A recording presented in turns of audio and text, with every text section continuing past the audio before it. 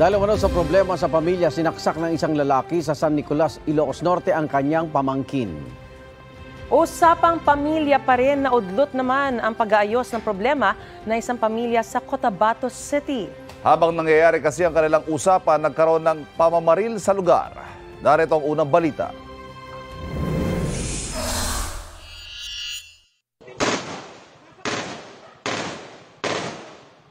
Sa kuhang ito sa Barangay Rosary Heights 6 sa Cotabato City, maririnig ang sunod-sunod na putok ng baril.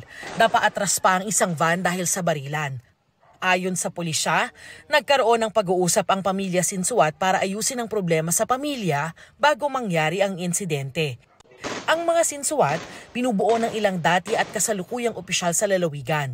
Base sa pamilya, may mga dumating na armadong lalaki at nagsimulang magpaputok. Nasawi ang isang police escort ni Mayor Lester Sinsuat. Naharang ng pulisya ang isang SUV na nagtangkapang tumakas. Hinuli ang 4 nitong sakay kabilang ang isang sundalo.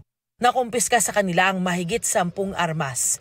Nagsagawa rin ng operasyon ng pulisya sa isang compound kung saan ang galing umano ang putukan batay sa testimonya ng isang kaanak ng pamilya Sinsuat. Na-recover doon ang ilang basyo ng bala at mga baril. Inaalam pa ang motibo sa insidente.